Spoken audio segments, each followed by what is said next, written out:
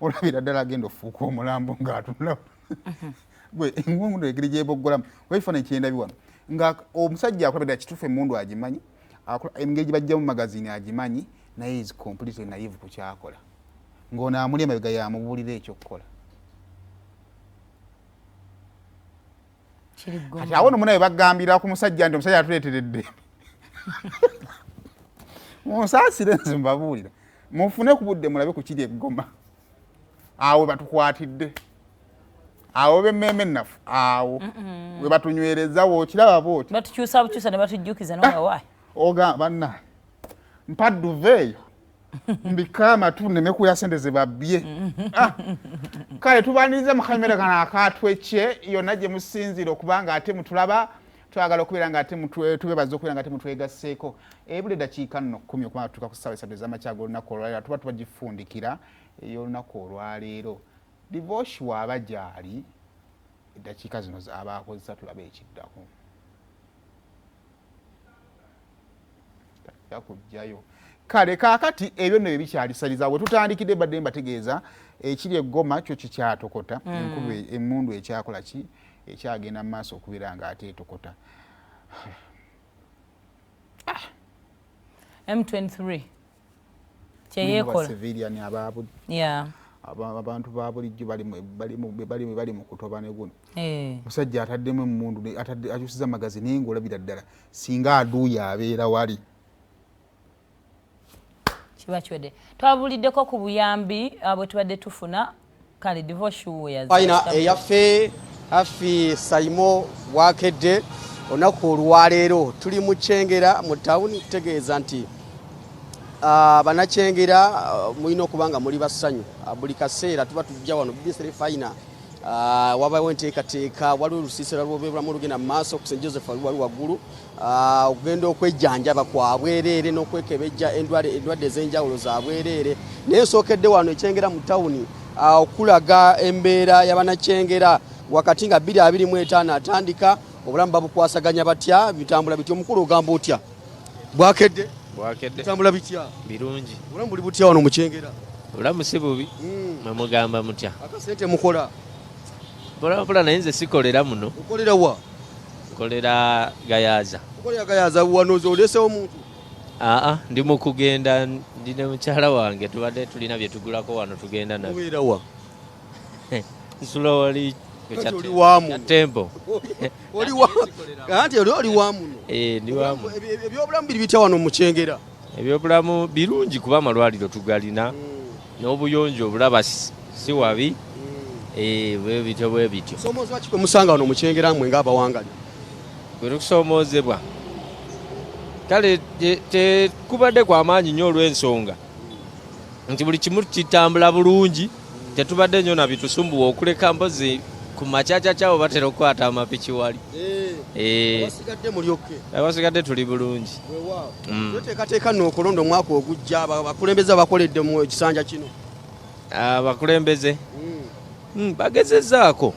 bye bakoze babikoze kuba omuntu tasobola kukola 100 ku 100 mwagala kukyusaamu buli omu aba n'endowooza ye kati abalala simanyi bo kye balowooza bayinza okuba bo baagala kukyusaamu naye nze ndaba bakozeekoze kyali mu Kyengera muno tukwasaganya mpola mpola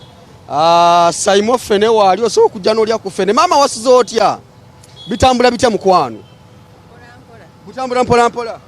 Fene ali kummeka kati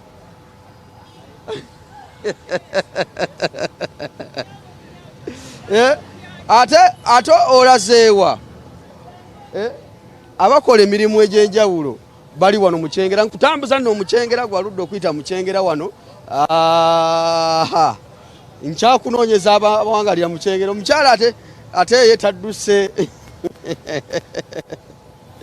tuli mu Kyengera mwe tutambulira olunaku olwaleero abaludde okujjako mu Kyengera oyitawo buyisi naye mbadde njagala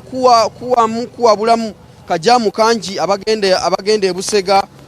ng'oyingira ekibuga Kampala ng'ova Kyengera naddala abasuubira okugenda enateete nga nagambye eggulo jamu ye mungi n'abafuluma ekibuga Kampala ng'ojja sayidi za wano Ekyengera ku Masaka Road kajamu wekali naye sooka osalya oluguudo luno lunagambye olukadde okubanga oyingira wano mu Kyengera n'okubanga ofuluma ekibuga Kampala tukyali mu Kyengera abeeno mwasuze mutya bwakedde bitambula bitya bitambula bulungi Kyengera agamba atya talina buzibu bonna temwina buzibu bonna tewali tuli ku muzuuli akasente mwekali Allah akuuma zijja zezijja naye nga okutwaliza awamu ebyobulamu byo biri bitya wano mu Kyengera ebyobulamu nsi olusiisira lw'obulamu luli waggulu ku kereziya abantu bonna bagende bajjanjabibwe endwadde bakeberebwe endwadde gwe mulamu oguliwo mu ssaza ikkulu erya Busiro weewaawo olunaku olwaleero omuntu omulagirira okugenda ku kereziya alina kuyitawa awali olusiisira lw'ebyobulamu ayambuka wano kukyambuka ku kereziya ya St Joseph Kyengera wekola weguli wennyini wagenzeeyoko njagenda abantu bakyali bangi nnyo omuntu mungi nnyo essaza ddene abantu bagenda okwambuka wagulaawo bayitirivu nnyo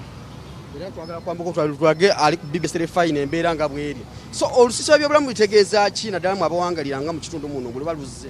sisera lwamu kitegeeza omuntu okujjanjabibwa endwadde zonna ze bakozuddemu okusobola okumanya bw'oyimiridde mu bulamu bwo bafaayo okwekebeza abantu bangi bafaayo okwekebeza naye kino bwe kiba kizze nakyo kyongeramu amaanyi luyamba lutya naddala abantu b'abeene abantu b'abeene lubayambira ddala kubanga lwatuzzaako obuweereza wansi eno abantu batasobola bulungi okuba obujjanjabi n'okutegeera bulwadde bw'aba alina kimuyamba okugoberera kubiriza bannakyengera beetanira olusiisiro nkubiza bannakyengera mwenna mugende mwettanira okukebezebwa bulwadde bwonna si bya ssente bintu bya bwereere mugende mujjanjabibwe tusobole okutegeera endwadde ze muyina butereevu ku BBS Terefayina eyaffe okutegeeza nti olusiisira luli wano waggulu abamanyi ku St Joseph ng'oyambukidde wano nga bayita ku Equity n'oyambuka waggulu awo ojja kuba otuukira ddala taata wagenzeko waggulu awo ssebo obwedde era ffe tuli mu nteekateeka twagala okulaba abantu baffe nga bitambula bulungi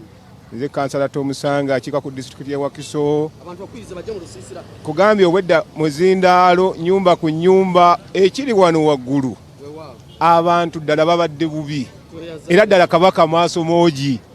era ddala ali mukwatako n'amukasukira embazzi tuli kigaaya bugaaya.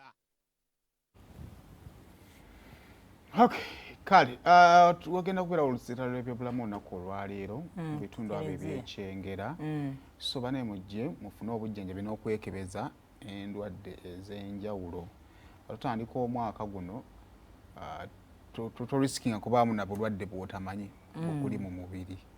so it is very important tuba tufunye omukisa ogufanaganako bwe kutyo ogukozesa ate tugukozese bulungi ndowooza obudde buweddeyo